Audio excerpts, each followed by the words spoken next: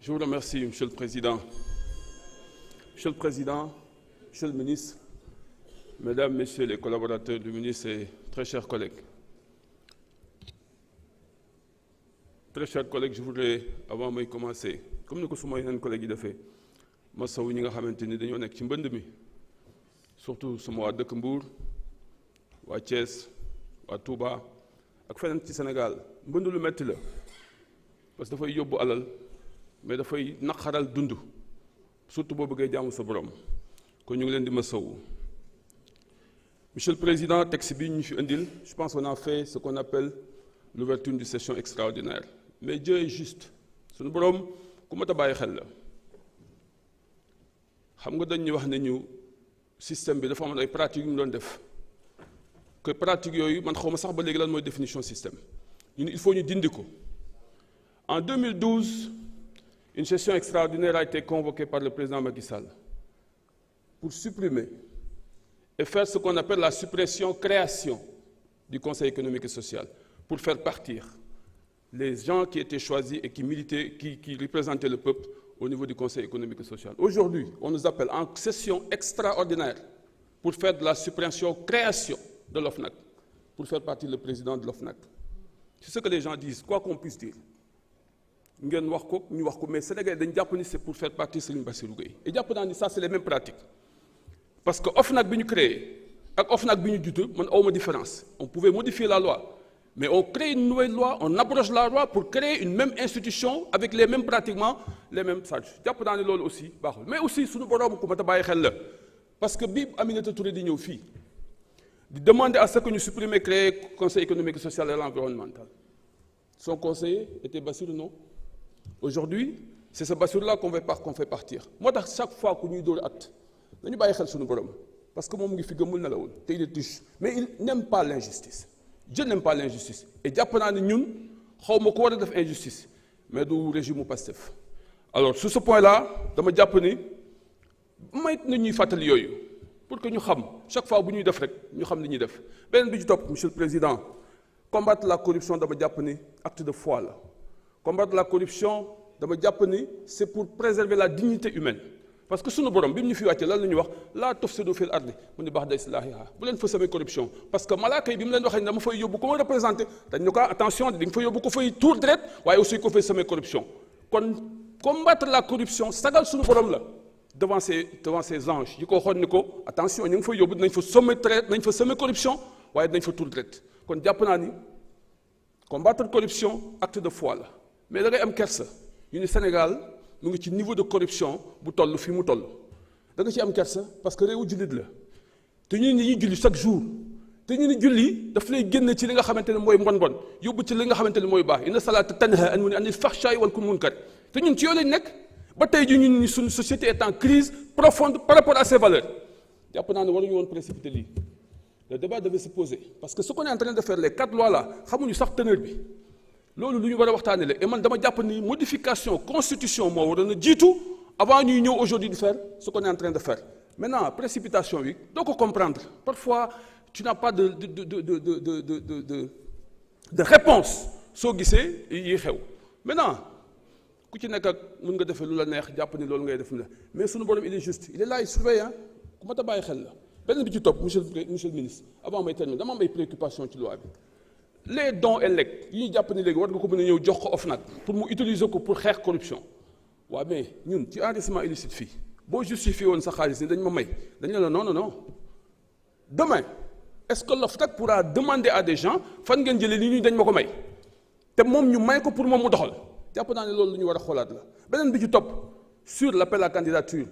monsieur le ministre man jàpp naa ni on ne doit pas se précipiter sur cette question-là on ne doit pas faire un appel à candidature tant qu'on n'a pas modifié notre constitution pour dire que le président qui a la possibilité et la prérogative seule de nommer aux emplois militaires civils et militaires kooku ñu jox ko aussi la possibilité de pouvoir procéder à des appels à candidature kooku suma xalaat la man tafsir et jàpp naa ni dañu xaw a yàkkamti te waruñu woon yàkkamti ci lu ay je vous remercie.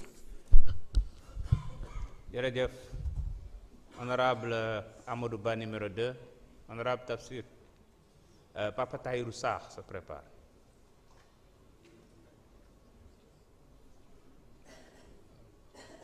Plutôt Daba Wañaan avant Papa Tahirou Sarr.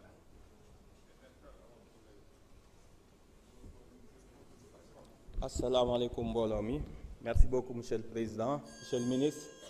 ñu ngi lay nuyu yow ak say collaborateurs honorable député ñu ngi leen di nuyu di wax rek njaal mi nga xam ne assemblée def na ko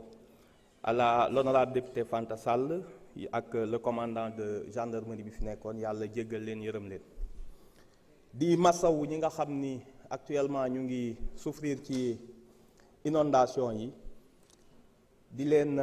vraiment wax ni ñu ngi ànd ak yéen ci métit bi di rafetlu aussi nag autorités yi mobilisation bi ñu def di assister population yi di xam ni inondation yi li koy jeexal ce sera des mesures très fortes aussi ci sunu urbanisation nan lañ ko xalaate te am nañ yaakaar bu baax dina am damay ñëw rapidement monsieur le président ci wax ak sénégalais yi lan mooy importance loi yi ñu indi parce que il faut pas que ñu passer ko par pertes et profits bu ñu dégloo ñenn ñi bu ñu waxee ba pare loi OFNAC bii c'était un coup d'état constitutionnel bu ñu doon waajal ñii bu ñu fi toogee dañoo amoon ñaari pexe bu njëkk bi mooy voter la loi amnistie pour échapper au crime de sang yi ñu fi voté loi amnistie bi ak loi OFNAC bi rawantewuñu ay fan yu bari bii février la bii mars OFNAC bi nag moo waroon ñëw pour amnistier les crimes financiers en quoi faisant te loolu moo jara wax honorable Tafsir Thioye pour nga comprendre de quoi il s'agit affaire bi du fayantoo politique xëy na da ngaa liirul texte yu baax moo la yóbbu ci problème bi nga wax léegi dañoo defar OFNAC bu bees jox ko ay pouvoir exorbitant le procureur Aliou Ndao ak d'autres wax nañ ko fi mais nan lañ ko defee dañu ni par dérogation aux articles 677, 92-92 à 112 du Code de procédure pénale yi créé le parquet financier bi ñu voté seul l'OFNAC moom moo am les compétences dévolues au parquet financier seul l'OFNAC moo am compétence heure bii bu ñu jëloon décret parquet financier du mën a topp kenn loolu mooy urgence bi te loolu nga comprendre indiwuñu fi kenn pour fayantoo ils ont créé un mécanisme avec l'OFNAC pour déposséder le parquet financier di def ay mesures de garde à vue bu juge bi nekk Tamba di topp nit corruption président OFNAC ñu may ko sañ-sañ mu ne ko hé arrêté li ngay def nga jox ma dossier bi président OFNAC amoon na droit boobu ci texte bii ñu fi jëlee enrichissement illicite loi sur le parquet financier dafa ni seul le parquet financier moo am compétence exclusive ñu nangu ko ci compétence bi jox ko président OFNAC ni ko yow kese yaa sañ a def médiation pénale boobu xam nga luy médiation pénale damaa sàcc mais mën naa joxe tuuti te bu ko parquet financier nangoo bu ko OFNAC président OFNAC nangoo waxuma la organe bi de président OFNAC bu ko nangoo benn juge mënatul saisiru ci dossier bi beneen bi gën a insidieux ñu ne ku sàcc dañoo changer les règles de prescription au lieu mu nekk la découverte du crime du délit boo sàccee bu amee juróom-ñaari at à la date d'acquisition du bien yaa ko moom maanaam ñoom dañ ko natt de 2019 à 2025 lu ñu sàcc raw nañ parce que juróom-ñaari at yi foofu la commencé moo tax man la liiroo texte bi xamoo sax li xewoon bis bu déglu ma rek bis bu décret d'application amoon heure bi parquet financier dossier yi mooy wax yëpp mënu ko laal parce que compétence exclusive bi OFNAC moo ko moom loolu nga liirul bu baax ce qui se passe actuellement c'est très très important pour le pays beneen bi ma ci bëgg a wax mooy dégg naa ñu ne dañ ko rattaché président de la République mais loolu autorité administrative indépendante yi nekk France amuñu sax personnalité morale rattachement bi institutionnel la API autorité administrative publique indépendante ak autorité administrative indépendante rattachement budgétaire ministériel la c'est obligatoire ñun ñu yeggu ko niveau présidence ba pare jox ko personnalité morale président mënul jox ordre OFNAC mënu ko te mënul empêcher ñu publier rapport am donc waxu indépendance bi génn leen ci leneen li ci des l'honorable Thierno Alassane Sall dem nga Espagne comme Don Quichotte liñ lay ñaan lenn la yaa ngi jël 15 mois nga topp benn dossier DG bi ni la kaa ñu def nga bañ te ki ngay défendre xëy na bu justice gaawoon tuuti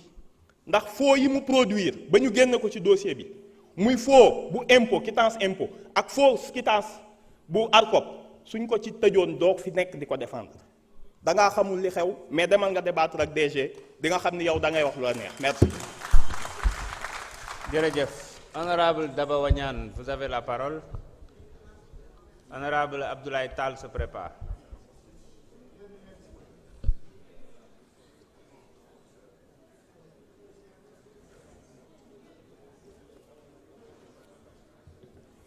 Merci beaucoup, Monsieur le Président. ñi ngi lay nuyu di nuyu Monsieur le ministre de la Justice garde des Sceaux ak collaborateur mi mu àndal yépp waaye tamit ñi ngi nuyu suñu collègue honorable yi fi teew di rafetlu bu baax projet de loi bii ngeen ñu indil intitulé Office national de lutte contre la corruption mu nekk lu am solo ndax njariñam mooy